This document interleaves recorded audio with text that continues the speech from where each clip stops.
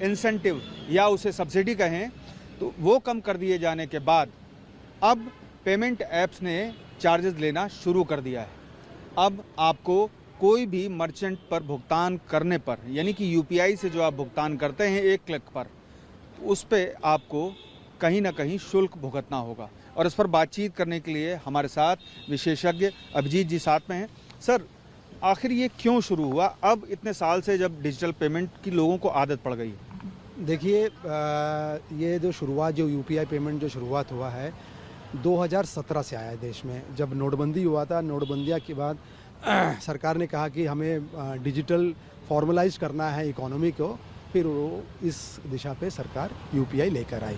तो उस समय जो छोटी छोटी कंपनियां थी, जो पेटीएम आई, फिर फ़ोन पे आया और तमाम सारे जो छोटी छोटी कंपनी आई, तब सरकार जो चाहती थी कि इस पे लोगों का ध्यान जाए डिजिटल, उसको बढ़ावा देने के लिए सरकार एक सब्सिडी, एक इंसेंटिव देती थी। अब धीरे धीरे आज 7-8 साल हो गया, कोई भी सरकार, कोई भी कंपनी जब आती हैं एक हैंड होल्डिंग करती है, फिर धीरे धीरे जैसे जैसे वो कंपनीज अपना मार्केट एस्टैब्लिश करती है, तो सरकार को भी लगता है कि जब एक 7-8 साल का एक समय हो गया, पर्याप्त हो गया, अब लोगों को जानकारी आ गई है, अब धीरे धीरे लोग जो है पेमेंट इसमें जाने लगे, फॉर्मलाइज होने लगे, यूपीआई से करने लगे। अब धीरे धीरे सरकार जो है इस साल जो बजट, जो 25-26 का बजट अनाउंस हुआ, उसमें सरकार ने कहा कि हम धीरे धीरे इस चीज़ को विड्रॉ कर रहे हैं। अभी भी मेरे हिसाब से जो है 400-450 का जो इंसेंटिव है अभी भी दे रहे हैं। मैं समझता हूँ कि ये निश्चित रूप से कंज्यूमर पे इसका भार तो पड़ेगा, और ये जो भी लागू होगा अप्रैल के बाद ही होगा।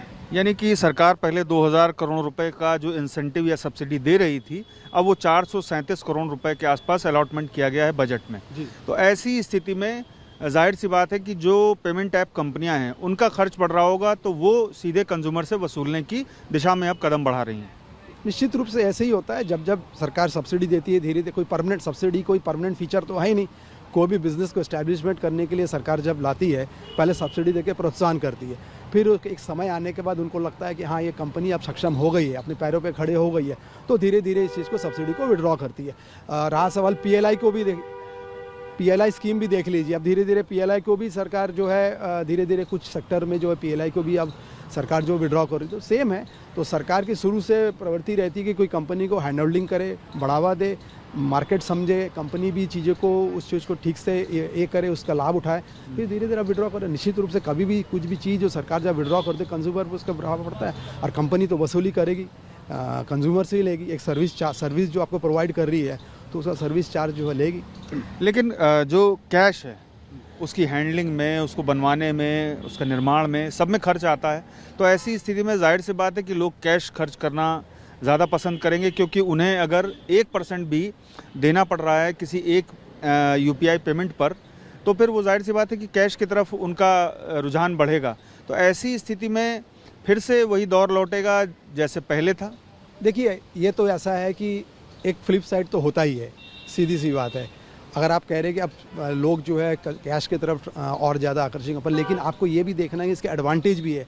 अब आप कहीं जाते हैं, कैश लेके एक ट्रैवल करना एक अपने आप में ये है, तो इसकी आप ये भी देखिए कि इसकी सहूलत कितनी है। पेटीएम कुछ करना नहीं है आपको, आप फ़ोन पे और पेटीएम में जाके अपना 1 सेकंड में अपने पैसा ट्रांसफ़र कर दिया। निश्चित रूप से इसका तालमेल कंज्यूमर को डिसाइड करना, करे तो क्या करे। हमें एक तरफ ये देखना है कि क्या ये हमें सहूलत देखना है या खर्चा से बचना है, और वो भी मेरे हिसाब से बहुत ज़्यादा तो होता नहीं है। एक डेली कितना एक कंज्यूमर करता है, मुश्किल से जो एवरेज है 2000, तो 2000 पे मेरे ख्याल से 0.5% अगर दे ही सकता है, अगर उसको कैश से बचना है तो। वो तो डिपेंड करता है, क्या मतलब consumer is a king, consumer के पास चॉइस है, ये करना है कि नहीं करना है, वो तो नेचर उसके हिसाब से अपना तय करेगा। क्योंकि 2017 से अब तक बड़े पैमाने पर लोग यूपीआई पेमेंट करना शुरू कर चुके हैं देश भर में। सब्जी मंडी से लेकर के देश के बड़े बड़े मॉल में भी यूपीआई के जो कोड हैं वो रखे रहते हैं, और उन्हीं पर लोग आसानी से एक क्लिक में पेमेंट कर देते हैं। अब जबकि ये सारी शुरुआत हो चुकी है, लोगों की आदत पड़ चुकी है, तब अचानक सब्सिडी भी कम कर दी गई और ये शुरुआत भी कर ली गई। देखिए, ये तो आम तौर पे होता ही है। देखो, पहले सरकार, जब आपको मैं ले चलता हूँ 2016 में, जब नोटबंदी हुआ था, सरकार ने यही दलील दी थी कि जो है एक इनफॉर्मल सेक्टर को हमें फॉर्मलाइज करना है, तब वो धीरे धीरे ये आया। फिर लोगों में एक इसके प्रति रुझान बढ़ा, क्योंकि उसकी इजी वे आउट होने लगा। तो धीरे धीरे सरकार भी चाह रही थी कि हाँ इसको फॉर्मलाइज, क्योंकि एक चीज़ देखेंगे आप, इकोनॉमी जो है फॉर्मलाइज तो हुआ है। अब चाय पीने जाएंगे, आज अब जाएंगे चाय पीने, कोई पहले 10 रुपये के चाय के लिए 10 रुपये पैसे देता था, कोई पेटीएम तो करता नहीं था, फ़ोन पे करता नहीं था, अब वो करता है। अब धीरे धीरे चूँकि सरकार हमेशा तो किसी बिज़नेस के लिए हैंड होल्डिंग कर नहीं सकती है, क्योंकि उनको भी तो अपना इंफ्रास्ट्रक्चर जो सेटअप में उनको भी पैसा लगा है। सरकार तो सब्सिडी देके उसको एक आपको सपोर्टिंग रोल प्ले करती है ना। फिर बाद में जो कंपटीशन आता है वो तो डिपेंड करता है कंपटीशन के ऊपर। हो सकता है कि कल के रोज पेटीएम ले, फ़ोन पे ना ले, तो उनमें भी तय होगा कि हाँ वो नहीं ले रहा तो मैं भी नहीं लूँगा। वो तो अब मार्केट फोर्सेस को तय करना है क्या ले या नहीं ले। लेकिन कैश के निर्माण में तो सरकार को हमेशा खर्च करना पड़ता है, तो ऐसी स्थिति में ये सुविधा ज़्यादा बेहतर थी।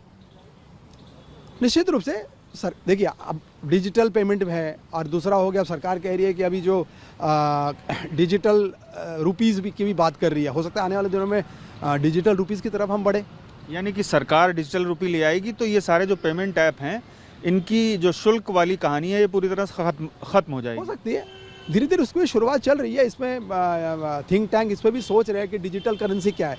पहले बात तो डिजिटल करेंसी आप और हमको समझ में तो आता नहीं है, हमें तो मालूम है हरे हरे नोट समझ में आते हैं, आरबीआई जो प्रिंट करती है वही लोगों में है, वही हम समझते हैं। व्हाट इज डिजिटल करेंसी किसी को पता नहीं है। अब धीरे धीरे सरकार को लगता होगा इसके काउंटर करने के लिए हमें डिजिटल ये भी लाए। मतलब ये है कि ज़्यादा से ज़्यादा फॉर्मलाइज हो इकोनॉमी, जितना फॉर्मलाइज होगा सरकार को उतना टैक्स आएगा, सिंपल सी बात है। और कैश तो किंग है ही हमेशा। हमसे बात करने के लिए बहुत बहुत शुक्रिया। तो आपने सुना विशेषज्ञ अभिजीत जी को, जिनके मुताबिक अब शुल्क तो लगेगा और सरकार ने पहले बढ़ावा देने के लिए ये इंसेंटिव या फिर सब्सिडी जारी की थी और इसका आवंटन बाकायदे बजट में किया जाता था, जो इस बार कम किया गया है। और इसके मद्देनज़र ही